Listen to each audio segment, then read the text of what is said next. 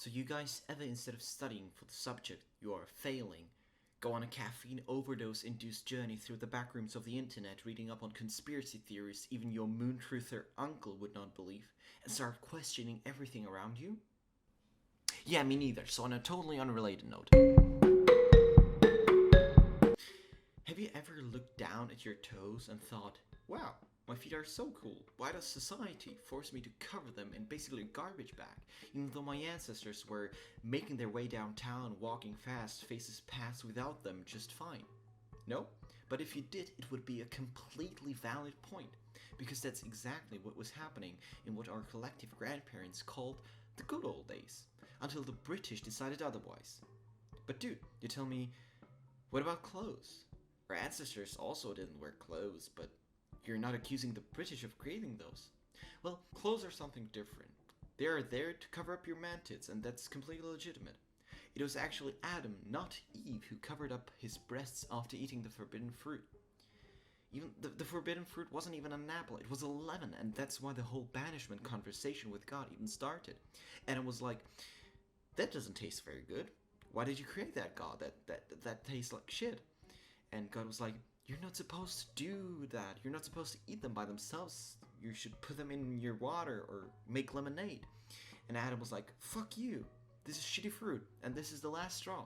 Why did you create this shitty fruit? Why did you give her, Eve, boobs and give me man tits and a tiny dick? You're a jerk God. I hate you, and I'm going to wear clothes to hide my body from everybody. And so they were banned from Eden. And that's where the saying, when life gives you lemons, make lemonade, comes from. It's originally longer. It goes, when life gives you lemons, make lemonade and don't throw fits over your man tits. So that's a story about clothes, but what about shoes? Why would the British need to sell shoelaces? Where did the shoelaces even come from to be sold?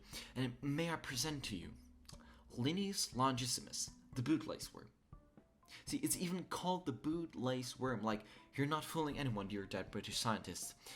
For it to make a little bit more sense, let me give you a short history on colonialism.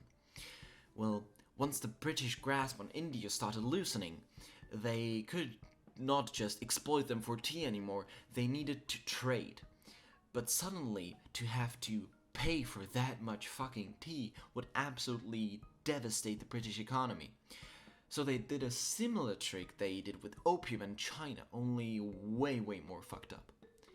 They looked at these weird long creatures that lived exclusively on the coast of Britain and creeped out everyone, and we were like, how can we sell them to Indians? And while at first they failed to sell them as live jewelry because, frankly, India has a bunch of snakes that look much better as live jewelry than a worm, and they instead boosted the local snake population, and that's what economists call the Koru effect. They later found out that once dried, these worms could be used as sort of a tying rope, only much smaller. So then it was only a matter of employing the snobbiest British inventor with the most fucked up teeth, Jordan Shoe, to invent something to use this piece of skinny rope on. You might have guessed what it was by reading his name. Yes, he made the first Jordans that were immediately mass-produced and sold to India. The one mistake the British did was, however, that they sold this invention to their biggest colony, because did you see how many people live in India? Like 1.5 billion.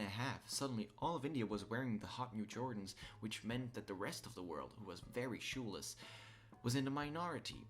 But they didn't want to wear Jordan because they were very racist and scared of color, so they didn't want to dress like people in India.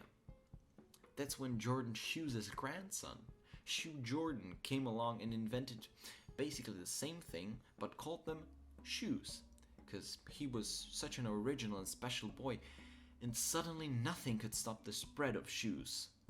So much so that the British needed to start selectively breeding the worms to get varying colors and textures to fit the many new styles.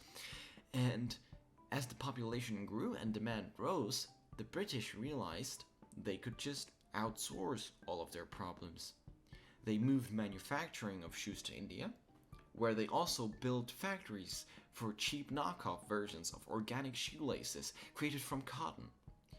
They let the Indians assemble the shoelaces let them make the shoelaces, and then the British sold these shoes to the same people who built the shoes with huge upsell margins, and they made billions in sales for tea purchases.